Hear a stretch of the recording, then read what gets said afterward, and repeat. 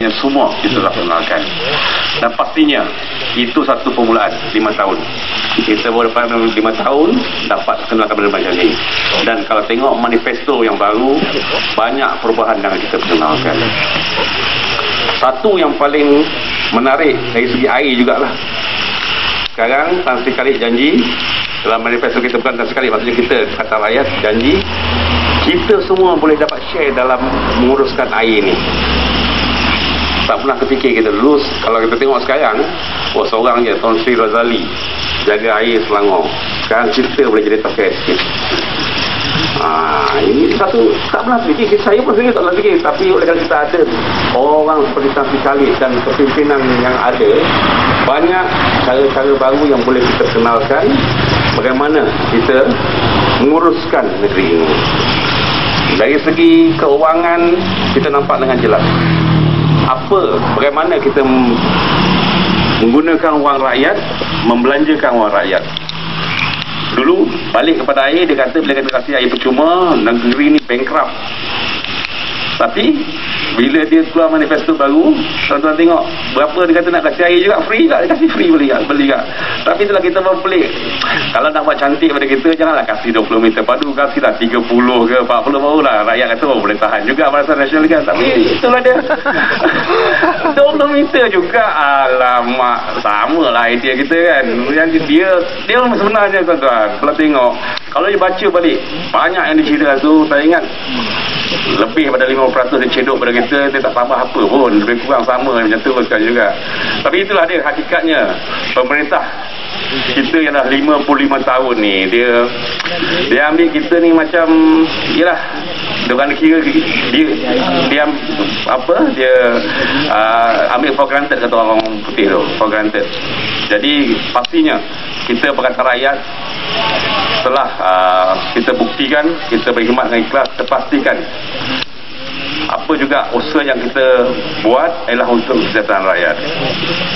Saya sendiri telah mula bergerak di Dun Semenyih setelah diminta oleh kepimpinan lebih kurang sebulan setengah yang lepas untuk mengetahui jentera dan akhirnya untuk menjadi wakil tuan-tuan, insyaAllah kalau dengan sokongan dan dukungan, untuk mengenal pasti apakah isu-isu yang mesti kita tangani di kawasan Semenyih terutamanya. Daripada perbincangan dan juga maklumat yang kita terima, saya berhubung dengan ketua-ketua kampung, ketua-ketua masyarakat, termasuk India dan Tionghoa, nak tahu apa isu-isu yang menjadi masalah pada mereka. Isu pertama paling besar saya ingat memang RDF lah, berkenaan dengan RDF, terutama kawasan ni lah, yang dekat dengan RDF. Dan isu ni telah berjalan terlampau lama. Kita dah tahu masalah ni dan nampaknya tidak ada pembaharuan yang dikenalkan selama ini. Kita akan cuba. Pastinya bila kita menang di Selangor dan juga di peringkat nasional, isu ni boleh kita tangani dengan baik. Dan percayalah, apa juga yang kita akan usahakan ialah untuk kebaikan semua. Saya tengok juga keadaan di Semenyih. Semenyih ni kita tengok dah membangun dengan pesat. Saya mula ataupun pertama kali atau kenal kawasan ni sejak saya mula sekolah lagi. Saya dulu bersekolah di Seremban dan saya selalu ke Kuala Lumpur naik bas Fohab. Ingat bas Fohab ni bas ekspres Fohab tu. Jadi kita lalulah daripada Mantin, Beranang, Semenyih. Tapi bila sekarang kita tengok ni dah beza betul dah. Dan pembangunan ni cukup, ya memanglah negara membangun dan sebagainya. Pembangunan di Semenyih ni cukup pesat. Dan kekurangan yang saya lihat secara jelas, secara kata orang tu very clear ialah dari segi infrastrukturnya kena kita baiki. Jalan-jalannya, kemudahan longkang dan sebagainya mesti kita baiki. Minjam rumah banyak naik, rumah kawasan perumahan merata-rata di luar Semenyih, di kawasan Rincing, bawa ke Beranang tu banyak rumah. Jadi kita pastikan bila duduk di situ, ia boleh dapat duduk dalam keadaan selesa. Taman-taman yang patutnya untuk rekreasi mesti ada. Saya masuk ke kampung Sungai Kembung juga bawa isu. Padang pun tak ada, dah berpuluh tahun Barisan Nasional tak, Padang pun tak boleh bagi pada penduduk kampung. Jadi isu-isu begitu orang kita kumpulkan. Pastinya dalam masa beberapa minggu ni tak dapat saya kumpulkan semua, tapi kita ada masa untuk kumpulkan lagi sampai kita masuk ke election. Dan ini isu-isu yang akan saya bawa.